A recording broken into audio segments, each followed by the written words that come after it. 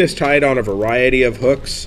You can use a straight nymph hook. I actually like the TMC 200R. It's got that little bit of curvature to it. I just happen to really like this hook. It's going to give you a little bit longer body than a standard nymph hook. Teacher? Yes. Is that kind of like, there's basically kind of almost two, generally, I would, in my opinion, Okay, we got 4 more people, guys. two types of nymph hooks. Yep. The scud type and then that longer Well, body. there's actually 3 in that case, because you've got the scud type, which is really a more What we use for the drastic curve. zebra midge, right? Right, and we're also going to be using that on the partridge. I like to use that for the partridge and orange as well. This There's has that, and then there's this then longer a, shank. a standard nymph hook is just a straight shank. Oh yeah, because that's standard. Right. Like I said, like more like a. Do you use mostly the Dreamer. straight heads? But Like, you know, level like that one? well, on this use a particular down hook, this is how they come. On most scud hooks and standard nymph hooks, they're going to have a downturned eye. Okay. But again, like I said, I like this hook for tying a variety of things, and if you're just getting started and you don't want to have to try to buy full size runs of 12 different styles of hook, then I think this is a great alternative to cover a lot of different things. What was that? But what called would the again? straight shank? There'd be a standard. This fly would standard have more. Wouldn't be this hook. Would it? Right, it would a It'd be standard the nymph straight- hook the straight- is going to look Water's going to be in the window.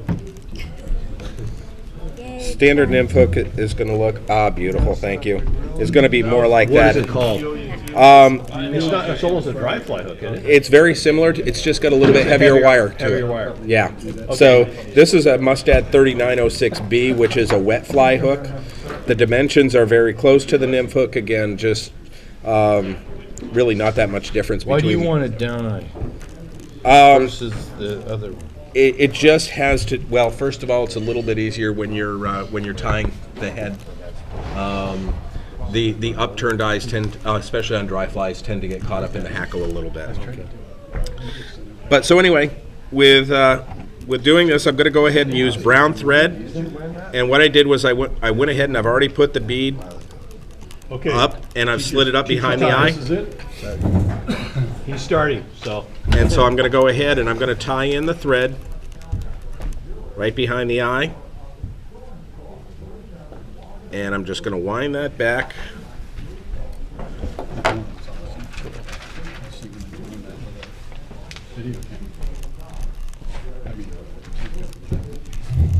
And I'm going to bring that thread back to a point right about where the barb is. Okay, and then the tail on this, I want it to be about 3 strands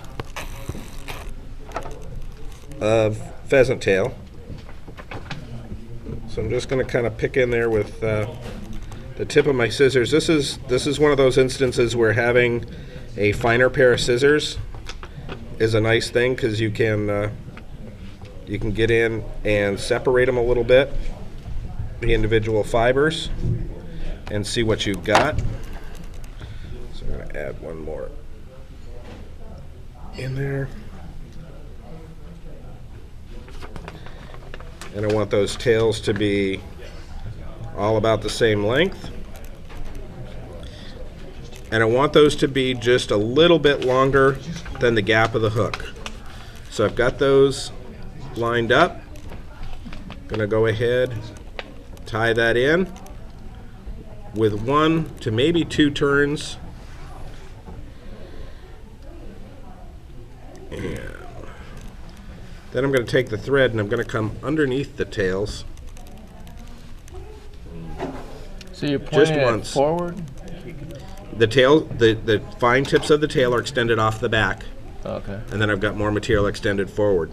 And then I just took 1 loop underneath the tail just to kind of prop those out just a little bit. Because you're on the bend, you start. Because I'm down on the bend, and You want it to stay straight, but you're right at the edge where it's starting to turn. not so much straight. I just want it to be out and away from the hook, so just enough so that it's visible.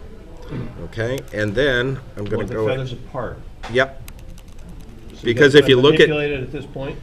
I didn't have to manipulate it. When you bring the thread underneath, usually it just spreads them out, and you can just kind of touch them a little bit, and they'll go ahead and separate on their own. And then what I did was I took that part, folded it back, and put just one wind there. And now I'm going to take, What do you mean folded it back? okay, this part, the part that was extending forward, okay, I just pulled it right back over the top and put one wind of thread over the top, just for a couple of reasons. One, it kind of pulls it out of the way, but more importantly, it's going to help secure it when I go ahead and start using it to wrap with. Is there any up or downside to the feather? Yes, there is, but on this particular fly, it really doesn't matter. Okay, and then I'm going to take a stretch of copper wire, about 3 to 4 inches long. What size is that wire? This is medium, and you would just gauge it according to the size of the hook. Yeah, I've got a 14 hook here, so. Do you have voice on there too? Will you send it on to some of the other guys in the class? Yeah. Would that be okay? Yeah. Okay. Could be a big Then file, these guys can actually watch more than they write. It is going to be a big file. It's going to be a big file. Yeah. The file's going to be a monster. Yeah. Okay. Oh, So what I've yeah. done Will it? is I've brought the thread up about halfway, or a little bit more than halfway, and this is the one tricky part with the with this particular hook, because it's a longer shank. Actually, you know what? I'm going to go ahead and anybody have a pair of hackle pliers handy? Yeah, do better over there. What kind of hook is Kev, TMC 200R. Oh, mine are right there. put that over there. There we go. You're sitting right next to me. Oh, okay. It just matches the size. 5mm. Depends on the size. Do you know what size that bead is? I believe it's a 3/32. Gold. Copper. Okay. So I'm going to take that. What do you got there? One of the hackles? Yeah, these are all three of the tail materials.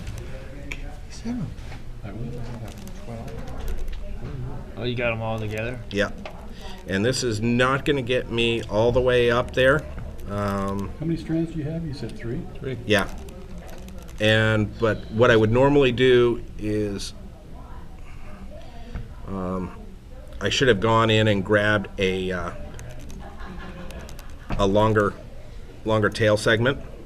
So this is no big deal. So what you do is you take it up as far as you can, and then Before you put those away, do you like those better than that little one that's just like round and you squeeze it? these are kind of nice because you can use them for parachute Yeah. patterns as well as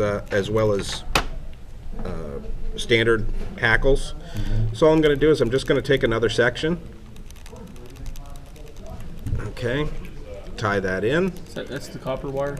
No. This is I just tied in another section of the pheasant tail. One didn't go Just because in. it was getting too short. Oh. Okay. So the pheasant tail's also the body? Yep. Tail and the body in one, huh?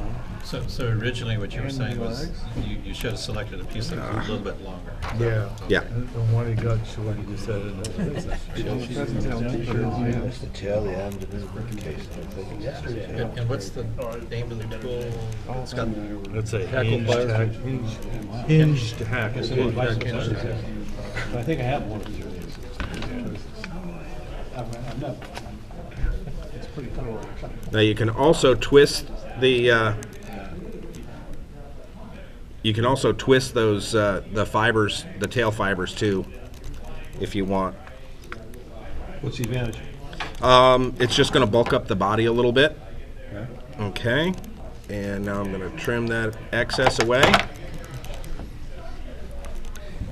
If I had my druthers, I would go ahead and I would tie in more fibers, again, because of the size of this hook. Normally I tie this down in like an 18 to a 20, and the shorter fibers would work just fine.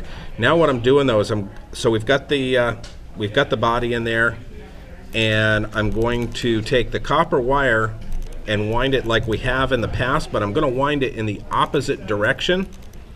And by winding it in the opposite direction, what it does is it makes sure that if you catch more than one fish with one fly, which hopefully you do, you're not going to have those pheasant tail fibers breaking off and having the whole body come apart. The copper wire is going to help hold everything together. Should you generally do that when you wrap a wire like that? It's not a bad idea if you're using a fragile material like that on the for the body. Okay, so now Were you looking to put X amount of segments in there with that wire? Or 3 to 4. Again, it depends on the coarseness of the wire. Okay. Okay, so I got a now, question for you for smaller size hooks. yep. Do you end up taking the pheasant tail from a different section? Oh, these actually. Yeah, typically what you want to do is you want to be able to get the maximum use out of a feather that you can. So if I'm going to be tying smaller flies, then I can get away with using something that's maybe up here and a little bit shorter. If I'm going to be tying a bigger fly, then I'm going to try to get the longest strands that I can to work with. So what I've done now is I've gone ahead and taken what is essentially or eventually going to be the wing case, and here's what I want to have is I want it to extend back about back to the point of the hook. So I'm going to measure from the head to the point, okay, and bringing the thread right up behind the bead. I'm going to go ahead and tie that in. Pinch wrap. That right. Got a pinch wrap right behind the bead. Okay, and then I'm going to wind back. And I'm going to wind back right to the point of where Kiss ass, He's looking for his A+. He's going to get a star by his table. you can't win for helping around here. No matter what you do, they're Yep. going to beat you. Okay. And So I didn't understand what you were doing about that spacing. What did you say about the spacing? which spacing? You were trying to measure Spacing what? something so that when you tied it up behind. Okay, what I want is these things here are going to, the part that I extended off the front are going to be folded back and create like legs on the fly. Okay. So what I want them to do is I want them to come back to no longer than where the point is. So I extended them approximately that far off the front of the hook. Now what I'm going to do is I'm going to go ahead and I'm tying in a strand of peacock herl. And then I'm bringing the thread up behind the eye. And I'm going to take that peacock herl, and this is a fairly long strand, so crap. It was. Yep. Good to see that you do that too, Jack. It's nice to so pro. easy to do It's with nice to the really good guys with this. Is there any way to avoid that? Yeah, don't pull so hard. No? Another way? The other tip, the other thing is and this is where Steve is going, is don't tie it in right at the tip. Or you could wind it with the thread. Yeah, that's also. No, he's turned over being smart. I'm trying to take the pressure off. It's a full-time job. Okay. So I'm going to take it You forward. just did that by backing off the pressure a little bit. You're just Yeah, I'm just making sure that it's settled in, but not. I'm not pulling on it super You're not hard. trying to twist that so that the fibers come out as opposed to laying flat. Don't need to with this. It's if you get it with a single strand, usually you kind of it'll set up pretty nicely by itself. So what I did was I went forward and then back and then forward again to give me the amount of bulk that I'm looking for. And this that's sticking up here is the bottom half of the two feathers up front. Right? Yep. I gotta keep that up there. You gotta have them if you put the box. Okay. You kind of left a little, didn't get too tight to the bead. No, there's a little bit of room there because I'm not done yet. Yeah, you gotta fold it back. Okay, so now You do this every week with these guys? Well, you know what, I know. Chuck, 'cause- do you mind? 'Cause no, because a lot of no. guys- These are good Because questions. these questions, as A lot you of these do guys this, have never if we done don't ask the questions now, we're going, Right. you're not going to remember the questions Yeah. like, oh yeah, remember when you were doing this, Chuck? Why did you do that? Yeah. So I don't know. And it these- No, seems to no, seem to work. It's more the These heck. guys are all more It's more. bashful than we are. It's more the fact that you guys are heckling the guys who are trying to help you that is funny. I'm learning. Dylan's picking it up. So now what I'm going to do is I'm taking my scissor points and I'm going in and I'm making sure that I've got a couple of legs to get on either side, and then I'm bringing that back section right up through the middle. Okay. This is not easy. This is like when I started differential equations. I know what mine would look I'm about trying to now, and put I'd be saying, "Nah, I'm done. That's enough. I Okay. had enough Vicodin, I'm through." So now what you can see is that the legs have been formed on either side, and then you got the wing case is formed by the part that you just pulled forward. Go through the legs formed again. Pardon me? How did you get the legs formed? What I did was I originally tied them in, pointing forward off the eye of the hook. Right. Then as I went ahead and then I brought the wing case up in between them, that's right. and then I pushed them back down back, as and I back. tied everything in. There you go. So now I've made a couple more wraps.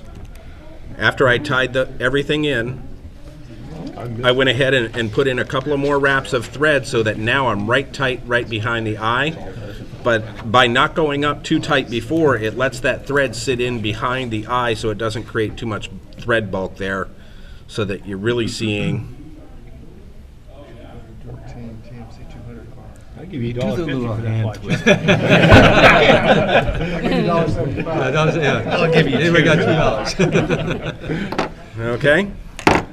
And 6 of each size, and I'll give you. $6. and there you go. We'll start the bidding at. Okay. What size thread did you start with on this? For this size here, I just did a 6/0, but my suggestion would be to use 8/0.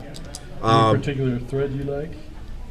In terms of brand or anything, Wax not versus- no, I wouldn't use a flat waxed on this. I like a regular 6/0 or 8/0, just unit thread. If when in doubt, go with a thinner thread because it will allow you to make more mistakes and throw extra wraps in there if you're concerned at all with that. But then Notice there out you there, go. you go to buy pheasant tails. I've noticed. Can I touch it? you could buy a- absolutely, What size hook is that again? that's a 14. That's a 14. Yeah, We use mostly, what, 10s and 8s? Yeah. Just kidding. yeah. Hey, Chuck, on the pheasant tails, I've seen out there where they say golden pheasant tails. Is that different from a regular pheasant tail?